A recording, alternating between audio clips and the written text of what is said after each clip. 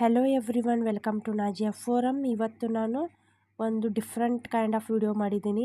ಯಾಕಪ್ಪ ಅಂತಂದರೆ because subject ವಿಡಿಯೋಸ್ನ ಎಲ್ಲರೂ ನೀವು ನೋಡಿದ್ದೀರಿ, ಎಲ್ಲರೂ ಅಭ್ಯಾಸವನ್ನು ಮಾಡ್ತಾಯಿದ್ದೀರಿ ಟಿ ಇ ಟಿ ಸಲುವಾಗಿ. ಸೊ ಇವತ್ತು ನಾನು ಓದಿದ್ದನ್ನು ಯಾವ ರೀತಿ ನೆನಪಿಟ್ಕೋಬೇಕು, ಹೌದಾ, ನೆನಪಿನಲ್ಲಿ ಯಾವ ರೀತಿ ಅಂತ ಸಬ್ಜೆಕ್ಟು ಯಾವ ರೀತಿ ನೆನಪಿಡಬೇಕು, ಹೌದಾ, ಎಕ್ಸಾಮ್ ಸಮೀಪಿದೆ. ಈಗ ನೆನಪಿಡಬೇಕಾದಂಥ ಥಿಂಗ್ಸ್ಗಳು ಬಹಳಷ್ಟು ಇರ್ತಾವೆ. ಯಾವ ರೀತಿ ನಾವು ನೆನಪಿಡಬೇಕು, ನಾವು ಓದಿರುವಂಥ ಸಬ್ಜೆಕ್ಟ್ಗಳನ್ನು, ಅದು ಸೈಕಾಲಜಿ ಆಗಿರಲಿ, ಕನ್ನಡ ಆಗಿರಲಿ, ಇಂಗ್ಲೀಷ್ ಆಗಿರಲಿ, ಅಥವಾ ಹಿಂದಿ ಆಗಿರಲಿ, ಅಥವಾ ನಮ್ಮ ಸಬ್ಜೆಕ್ಟ್ ಆಗಿರಲಿ, ಅದು ಸೋಷಿಯಲ್ ಸೈನ್ಸ್ ಇರ್ಬೋದು, ಮ್ಯಾಥ್ಸ್ ಆ್ಯಂಡ್ PCM CBZ ಇರ್ಬೋದು, ಯಾವ ರೀತಿ ನೆನಪಿಡಬೇಕು ನಾವು ಸಬ್ಜೆಕ್ಟ್ಗಳನ್ನು, ಹೌದಾ, ಅನ್ನೋದ್ರ ಬಗ್ಗೆ ಇದು ಒಂದು ಸ್ಪೆಷಲ್ ವಿಡಿಯೋನ ಮಾಡಿದ್ದೀನಿ. ಯಾವ ರೀತಿ ನಮ್ಮ ಮೆಮ್ರಿ ಇದ್ದಿದ್ದು ವರ್ಕ್ ಆಗ್ತದೆ ಅನ್ನೋದ್ರ ಬಗ್ಗೆ ಈ ವಿಡಿಯೋದಲ್ಲಿ ಡೀಟೇಲಾಗಿ ನಾನು ಎಕ್ಸ್ಪ್ಲನೇಷನ್ ಕೊಟ್ಟಿದ್ದೀನಿ. ವಿಡಿಯೋವನ್ನು ಪೂರ್ತಿಯಾಗಿ ನೋಡಿ, ನಿಮ್ಮ ಮುಂದಿನ ಕಾಂಪಿಟೇಟಿವ್ ಎಕ್ಸಾಮ್ಗೂ ಕೂಡ ಇದು ಹೆಲ್ಪ್ ಆಗ್ತದೆ, ಹೌದಾ. ಒಂದು ಟೈಪ್ ಆಫ್ ಮೋಟಿವೇಶನ್ ವಿಡಿಯೋ ಇದು. ಯಾಕಂದರೆ ಇವಾಗ ಎಕ್ಸಾಮ್ ಬಹಳಷ್ಟು ನಿಯರ್ ಇದೆ. ಸೊ ಈಗ ಬಹಳಷ್ಟು ಇದು ಉಪಯೋಗಕ್ಕೆ ಬರುತ್ತೆ ಅಂತ ಹೇಳ್ತಾ ಈ ವಿಡಿಯೋವನ್ನು ಮಾಡ್ತಾಯಿದ್ದೀನಿ. ವಿಡಿಯೋವನ್ನು ಪೂರ್ತಿಯಾಗಿ ನೋಡಿ, ಇಷ್ಟವಾದರೆ ದಯಮಾಡಿ ಸಬ್ಸ್ಕ್ರೈಬ್ ಮಾಡಿ, ಲೈಕ್ ಮಾಡಿ ಮತ್ತು ಶೇರ್ ಮಾಡಿ. Okay, how to prepare a memory quickly before an examination ಸಮೀಪ ಇದ್ದಾಗ ನಾವು ನಮ್ಮ ಮೈಂಡನ್ನು ಯಾವ ರೀತಿ ಸೆಟ್ ಮಾಡ್ಕೋಬೇಕು. ಯಾಕಂದರೆ ನೀವೆಲ್ಲ ಆಲ್ಮೋಸ್ಟ್ ಸೈಕಾಲಜಿಯನ್ನು ಕಲ್ತಿರ್ತೀರಿ. ನಮ್ಮ ಮೈಂಡ್ ಯಾವ ರೀತಿ ಸೆಟ್ ಆಗಿರ್ತೈತಿ ಅದ್ರ ಮೇಲೆ ನಾವೇನೈತಿ ಎಕ್ಸಾಮನ್ನು ಫೇಸ್ ಮಾಡ್ತೀವಿ. ಸೊ ಎಲ್ಲರಿಗೂ ತಿಳಿದಂಥ ಮಾತು. ಬಟ್ ಇಲ್ಲಿ ಹೇಳೋದೇನಪ್ಪ ಅಂತಂದರೆ, use A active recall mostly effective. Don't just read, test your self. ನಾವು ಏನು ಮಾಡಬೇಕಪ್ಪ ಅಂತಂದರೆ, ನಾವು ಓದೋದು ಅಷ್ಟೇ ಅಲ್ಲ, ರೀಡಿಂಗ್ ಅಷ್ಟೇ ಮಾಡಬಾರ್ದು, ನಮ್ಮನ್ನು ನಾವು ಪರೀಕ್ಷೆಯನ್ನು ಮಾಡ್ಕೋಬೇಕು, ಹೌದಾ. ಏನು ಓದಿರ್ತೀವಿ ಅದನ್ನು ಪರೀಕ್ಷೆ ಮಾಡಬೇಕು. ಆವಾಗ ನಮಗೆ ರಿಯಾಲಿಟಿ ಗೊತ್ತಾಗ್ತದೆ, ಹೌದಾ. ನಾವು ಹಂಗೆ ಓದ್ತೇನೆ ಅಂತ ಹೇಳಿ ಬಹಳಷ್ಟು ಓದ್ತಾ ಹೋದರೆ ಅದು ಫಸ್ಟಿಗೆ ಏನಾಗ್ತದೆ, ತಲೆಯಲ್ಲಿ ಉಳ್ದಂಗೆ ರಿಕಾಲ್ ಆದಂಗೆ ಅನಿಸ್ತದೆ. ಬಟ್ ಯಾವಾಗ ನೀವು ಎಕ್ಸಾಮನ್ನು ತೊಗೋತೀರಿ, ಟೆಸ್ಟನ್ನು ತೊಗೋತೀರಿ, ಅವಾಗ ನಿಮಗೆ ರಿಯಾಲಿಟಿ ಇದ್ದಿದ್ದು ಗೊತ್ತಾಗ್ತದೆ. So close the book and try to recall the answer. ಬುಕ್ಕನ್ನು ಏನು ಮಾಡಬೇಕು, ರೀಡ್ ಮಾಡಿದ ತಕ್ಷಣ ಮುಚ್ಚಿಟ್ಟು ಅದನ್ನು ಏನು ಮಾಡಬೇಕು, ರಿಕಾಲ್ ಮಾಡ್ಕೋಬೇಕು. ಅದನ್ನು ನೆನಪು ಮಾಡ್ಕೋಬೇಕು. ಏನು ಓದಿದ್ದೀನಿ ಅನ್ನೋದನ್ನು ನೆನಪು ಮಾಡ್ಕೋಬೇಕು ನೀವು ಓದಿದ್ದನ್ನು, ಹೌದಾ. ಆಮೇಲೆ ಏನು ಮಾಡಬೇಕು, ಡಿಜಿಟಲ್ ಪೇಪರ್ ಅಥವಾ ನಿಮ್ಮ ಹತ್ರ ಇರುವಂಥ ಪೇಪರ್ ಬುಕ್ ಪೆನ್ನು ಇರ್ತದಲ್ಲ, ಸೊ ಅದನ್ನು ತೊಗೊಂಡು ಅದನ್ನು ಏನು ನೆನಪು ಬರ್ತದಲ್ಲ ಅದನ್ನು ಬರೆದು ತೆಗಿಬೇಕು, ಹೌದಾ. ಏನು ನೆನಪು ನಿಮಗೆ ಬರ್ತದೆ ಅದನ್ನು ಬರಿಬೇಕು. So solve the previous questions without looking any notes. ನೀವು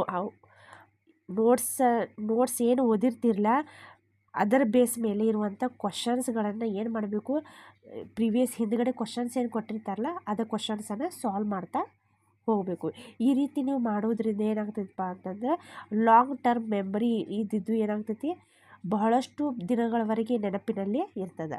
ಫಸ್ಟಿಗೆ ರೀಡ್ ಮಾಡಬೇಕು, ದೆನ್ ಅದನ್ನೇನು ಮಾಡಬೇಕು, ಟೆಸ್ಟ್ ಮಾಡ್ಕೋಬೇಕು, ಬರಿಬೇಕು, ಹೌದಾ. ಬರೆದಿದ್ದನ್ನು ಮತ್ತು ಕ್ವಶನ್ಸನ್ನು ತೆಗೆದು ಆ ಕ್ವಶನ್ಸ್ನಲ್ಲಿ ಅದನ್ನು ಸಾಲ್ವ್ ಮಾಡಬೇಕು. ಈ 3 ಸ್ಟೆಪ್ಸನ್ನು ನೀವು ಇಲ್ಲಿ ಮಾಡಬೇಕು. This is one kind of exercise, brain exercise ಅಂತ ಕರಿತೀವಿ, ಹೌದಾ. ನೆಕ್ಸ್ಟ್ ಇದು ಬಿಟ್ಬಿಟ್ರೆ ನಾವು ಏನು ಮಾಡ್ಬೋದಪ್ಪ ಅಂತಂದರೆ, ಎಕ್ಸಾಮಿನೇಷನ್ ನಿಯರ್ ಇದ್ದಾಗ ಕ್ಲೋಸ್ ಆ್ಯಂಡ್ ಸ್ಪ್ರೆಡ್ ಯುವರ್ ರಿವಿಷನನ್ನು ಬಹಳಷ್ಟು ಮಾಡಬೇಕಾಗ್ತದೆ. ಸೊ ಮಾರ್ನಿಂಗ್ ರೀಡ್ ಮಾಡಬೇಕು, ಹೌದಾ. ಮತ್ತು ಆಫ್ಟರ್ನೂನ್ ಅದನ್ನು ರಿವ್ಯೂ ಮಾಡಬೇಕು. ಏನು ಓದಿರ್ತೀರಿ ಮಾರ್ನಿಂಗ್ ಅದನ್ನು ರಿವ್ಯೂ ಮಾಡಬೇಕು, ಹೌದಾ. ನೈಟಿಗೆ ಮತ್ತು ಅದನ್ನೇ ರಿಕಾಲ್ ಮಾಡಬೇಕು. ನೆಕ್ಸ್ಟ್ ಡೇ ಮತ್ತು ಇನ್ನೊಂದ್ಸಲ ರಿಕಾಲ್ ಮಾಡಬೇಕು. ರಿಕಾಲ್ ಅಂದ್ರೇನು, ನೆನಪಿಟ್ಕೋಬೇಕು ಅದನ್ನು. ಮತ್ತು ಏನು ಓದಿರ್ತೀರಿ ರಿಪೀಟ್ ಮಾಡಬೇಕು. ಅವಾಗ ಏನಾಗ್ತೈತಿ, ಅದು ಹೆಚ್ಚಿನ ಸಮಯವರೆಗೆ ಏನಾಗ್ತೈತಿ, ನಮ್ಮ ಬ್ರೈನ್ನೊಳಗಡೆ ಸ್ಟೋರ್ ಆಗ್ತದೆ, ಹೌದಾ. ಇದು ಒಂಥರ ಡಿಫ್ರೆಂಟ್ ಟೆಕ್ನಿಕ್. ಇದು ಮಾರ್ನಿಂಗ್ ಒಂದು ಸಲ ರೀಡ್ ಮಾಡಿ ಆಫ್ಟರ್ನೂನ್ ಮತ್ತೊಂದು ಸಲ ಅದನ್ನು ರೀಡ್ ಮಾಡೋದು, ನೆಕ್ಸ್ಟ್ ನೈಟ್ ರಿಕಾಲ್ ಮಾಡೋದು, ನೆಕ್ಸ್ಟ್ ಡೇ ಮಾರ್ನಿಂಗ್ ಕೂಡ ರಿಕಾಲ್ ಮಾಡೋದ್ರಿಂದ ಪರ್ಮನೆಂಟಾಗಿ ಮೈಂಡ್ನಲ್ಲಿ ಉಳಿದ್ಬಿಡುತ್ತೆ, ಹೌದಾ. ನೆಕ್ಸ್ಟ್ RRR ಟೆಕ್ನಿಕ್ ಅಂತ ಕರಿತೀವಿ. RRR, that is read, recall and revise ಅಂತ ಕರಿತೀವಿ. That is one simple kind of technique and but ಏನಿದು ಭಾಳ ಸ್ಟ್ರಾಂಗ್ ಆಗಿದೆ. ಏನು ಮಾಡಬೇಕಪ್ಪ ಅಂತಂದರೆ 1 to 2 ಪ್ಯಾರಾಗ್ರಾಫನ್ನು ಓದಿ ಪುಸ್ತಕವನ್ನು ಮುಚ್ಚಿಡಿ ರಿಕಾಲನ್ನು ಮಾಡಬೇಕು 30 ಮಿನಿಟ್ಸ್ ಆಫ್ಟರ್ ಮತ್ತೆ ಅದನ್ನು ರಿವೈಸ್ ಮಾಡಬೇಕು, ಮತ್ತೆ ರಾತ್ರಿ ಅದನ್ನು ಮತ್ತೊಂದು ಸಲ ರಿವೈಸ್ ಮಾಡಬೇಕು. ಈ ರೀತಿ ಮಾಡುವುದರಿಂದ ನಾವು ಕೆ ಟಿ ಟಿ ಥೇರಿ ವಿಷಯಗಳನ್ನು ನಾವೇನು ಮಾಡ್ಬೋದು ಸ್ಟ್ರಾಂಗ್ಲಿ ನೆನಪಿಡಲಿಕ್ಕೆ ಸಾಧ್ಯ ಅದ. ಇದು ಟಿ ಟಿಯಲ್ಲಿ ಬರುವಂಥ ಥಿಯರಿ ವಿಷಯಗಳನ್ನು ಸ್ಟ್ರಾಂಗ್ಲಿ ರಿಕಾಲ್ ಮಾಡಲಿಕ್ಕೆ ಸಾಧ್ಯ ಇದೆ ಇದು. Okay, next chunk the information, break big topics into small meaningful chunks means simple small ಟಾಪಿಕ್ಸ್ಗಾಗಿ ದೊಡ್ಡದಾಗಿರುವಂಥ ಪಾಠವನ್ನು ಸಣ್ಣ ಪ್ಯಾರಾಗ್ರಾಫ್ಗಳಲ್ಲಿ ಸ್ಮಾಲ್ ಥಿಂಗ್ಸ್ಗಳಲ್ಲಿ ಅದನ್ನೇನು ಮಾಡಿ ಕಟ್ ಮಾಡಿ ಅದನ್ನು ರೀಡ್ ಮಾಡುವುದು. ಹೌದಾ, ಈಗ ಎಕ್ಸಾಂಪಲಲ್ಲಿ ಇಲ್ಲಿ ಕೊಟ್ಟಾನೆ ಪೊಲಿಟಿ ಅಥವಾ ಕಾನ್ಸ್ಟಿಟ್ಯೂಷನ್ ಬೇಸಿಸ್ ಫಂಡಮೆಂಟಲ್ ರೈಟ್ಸ್, ಈ ರೀತಿ ಅದನ್ನೇನು ಮಾಡಬೇಕು ಪಾಲಿಟಿಕ್ಸನ್ನು ಡಿವೈಡ್ ಮಾಡಿ ಅದನ್ನು ಸ್ಟಡಿ ಮಾಡಬೇಕು. ಇದರಿಂದ ಏನಾಗ್ತೈತಪ್ಪ ಅಂದರೆ ತಲೆಯಲ್ಲಿ ಬಹಳಷ್ಟು ಸಮಯ ಏನಾಗ್ತೈತಿ ಅದು ಆ್ಯಸ್ ಇಟ್ ಈಸ್ ನಮ್ಮ ಬ್ರೈನಲ್ಲಿ ಉಳಿದ್ಬಿಡುತ್ತೆ. ಹೌದಾ, ನೆಕ್ಸ್ಟ್ ಯೂಸ್ ಮೆಮರಿ ಟ್ರಿಕ್ಸ್, ನಿಮೋನಿಕ್ಸನ್ನು ಯೂಸ್ ಮಾಡಬೇಕು. ನಿಮೋನಿಕ್ಸ್ ಅಂದರೆ ಏನಪ್ಪ ಇದೆ ಅಂದರೆ ಸೆಂಟೆನ್ಸನ್ನು ಶಾರ್ಟ್ ಫಾರ್ಮ್ನಲ್ಲಿ ನಮ್ಮ ಹತ್ರ ಇಟ್ಕೋಬೇಕು. ಹೌದಾ, ಈಗ ಫಾರ್ ಎಕ್ಸಾಂಪಲ್ ಆ್ಯಕ್ರೋನಿಮ್ಸು ನಿಮೋನಿಮ್ಸು ಅಂತ ಕರೀತಾರೆ ನಾವು. ನಿಮೋನಿಮ್ಸ್ ಅಂದರೆ ಯಾವ ಫಾರ್ ಎಕ್ಸಾಂಪಲ್ ನಾನು ಇಲ್ಲಿ ಹೇಳಬೇಕಪ್ಪ ಅಂದರೆ ಇದು ಏನದು ನಾವು ರೇನ್ಬೋನ ಏನಂತ ಹೇಳ್ತೀವಿ, ರೇನ್ಬೋ ಕಲರ್ಸ್ ಹೇಳಬೇಕಾದ್ರೆ ಮಕ್ಕಳು ಯೂಶ್ವಲಿ ಏನಂತ ಹೇಳ್ತಾರೆ ವಿಬ್ಜಿಯೋರ್ ಅಂತ ಹೇಳ್ತಾರೆ. ವಿಬ್ಜಿಯೋರ್ ಅಂದರೆ violet, IndiGo, blue, green, yellow, orange, red. ಹೌದಾ, ಈ ರೀತಿ ಏನೋ ವಿಬ್ಜಿಯೋರ್ ಅಂತ ಏನು ನೆನಪಿಟ್ಕೊಂಡಿರ್ತೀವಿ. ಸೊ ಈ ರೀತಿ ನೀವೇನು ಮಾಡ್ಕೋಬೇಕು ನೇಮ್ಸ್ ಮತ್ತು ನಿಮೋನಿಕ್ಸ್ ಅಂತ ಹೇಳಿ ಆ ರೀತಿ ನೀವು ನೆನಪಿನಲ್ಲಿ ಇಟ್ಕೋಬಹುದು. That is one kind of technique. ನಾವು ಎಲ್ಲದಕ್ಕೂ ಈ ರೀತಿ ಮಾಡಲಿಕ್ಕೆ ಸಾಧ್ಯ ಇಲ್ಲ, ಬಟ್ ಕೆಲವೊಂದನ್ನು ನಾವು ಮಾಡಬಹುದು. ಹೌದಾ, ನೆಕ್ಸ್ಟ್ ಟೆಕ್ನಿಕ್ ಈಸ್ ಬೇರೆಯವರಿಗೆ ಹೇಳುವುದರಿಂದ ಕೂಡ ನಾವು ಭಾಳಷ್ಟು ಗಾಢವಾಗಿ ಅದನ್ನು ಅಂಡರ್ಸ್ಟ್ಯಾಂಡ್ ಮಾಡ್ಕೊಳ್ಳಿಕ್ಕೆ ಸಾಧ್ಯ ಇದೆ. ಹೌದಾ, ನೀವೇನು ಓದಿರ್ತಿರಲ್ಲ ನಿಮ್ಮ ಸ್ನೇಹಿತರ ಜೊತೆಗೆ ಅಥವಾ ನೀವು ನಿಮ್ಮ ಮನೆಯಲ್ಲಿ ಮಕ್ಕಳಿದ್ರಪ್ಪ ಅಂದರೆ ಅವ್ರ ಜೊತೆಯಲ್ಲಿ ಅದನ್ನು ಕೂತ್ಕೊಂಡು ನೀವು ಅದನ್ನು ಅವರಿಗೆ ಹೇಳಬೇಕು. ಅವ್ರು ಹೇಳೋದ್ರಿಂದ ಏನಾಗ್ತೈತಿ ನಿಮ್ಮ ತಲೆಯಲ್ಲಿ ಅದು ಭಾಳಷ್ಟು ದಿನಗಳವರೆಗೆ ಉಳಿದು ಬಿಡ್ತೈತಿ. ಹೌದಾ, so explain the concept out loud as of teaching this forces the understanding leads to stronger memory. ಮೆಮರಿಯಲ್ಲಿ ಏನಾಗ್ತದೆ ಉಳಿದು ಬಿಡುತ್ತೆ ಅದು ಸ್ಟ್ರಾಂಗ್ ಆಗಿ. ಸೊ ಬೇರೆಯವರಿಗೆ ಹೇಳೋದ್ರಿಂದ ಕೂಡ ನಮಗೇನಾಗ್ತದೆ ಭಾಳಷ್ಟು ತಲೆಯಲ್ಲಿ ಉಳಿತದೆ. Use past papers means a brain remember better than you learn in the same format as the test. Solve 1 to 2 time papers daily. ದಿನಕ್ಕೆ 1-2 ಟೈಮ್ ಪೇಪರ್ಸನ್ನು ಏನು ಮಾಡಬೇಕು ಸಾಲ್ವ್ ಮಾಡಬೇಕು. ಪೇಪರ್ಸ್ ಅಂದರೆ ಏನು ಕ್ವಶನ್ ಪೇಪರ್ಗಳನ್ನು ಸಾಲ್ವ್ ಮಾಡಬೇಕು. 1 ತಾಸು 2 ತಾಸಲ್ಲ, ಜಸ್ಟ್ 10 ಕ್ವಶನ್ಸು 20 ಕ್ವಶನ್ಸು ಈ ರೀತಿ ಡೈಲಿ ಸಾಲ್ವ್ ಮಾಡಬೇಕು. ಇದರಿಂದನೂ ಕೂಡ ಏನಾಗ್ತದೆ ನಾವು ಮಿಸ್ಟೇಕ್ಸನ್ನು ಅನಲೈಸ್ ಮಾಡಲಿಕ್ಕೆ ಸಾಧ್ಯ ಆಗ್ತದೆ. ಏನಾದರೂ ಪ್ರಾಬ್ಲಮ್ಸ್ ಇದ್ದರೆ ಅಲ್ಲಿ ಸಾಲ್ವ್ ಮಾಡಲಿಕ್ಕೆ ಆಗ್ತದೆ.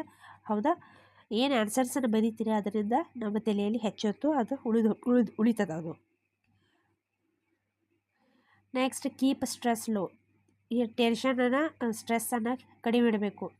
ಹೌದಾ, ಸ್ಟ್ರೆಸ್ ಏನು ಮಾಡ್ತೈತಪ್ಪ ಅಂದ್ರೆ ನಮ್ಮ ಮೆಮ್ರಿಯನ್ನು ಕೊಲ್ಯಾಪ್ಸ್ ಮಾಡ್ತದೆ. ಅದು ಮೆಮ್ರಿಯನ್ನು ಕಾನ್ಸಂಟ್ರೇಷನ್ ಮಾಡಲಿಕ್ಕೆ ಕೊಡೋಂಗಿಲ್ಲ, ಯಾವುದೇ ಇನ್ಫಾರ್ಮೇಷನ್ ಅಲ್ಲಿ ಗ್ಯಾದರ್ ಮಾಡಲಿಕ್ಕೆ ಕೊಡೋಂಗಿಲ್ಲ ಅದು.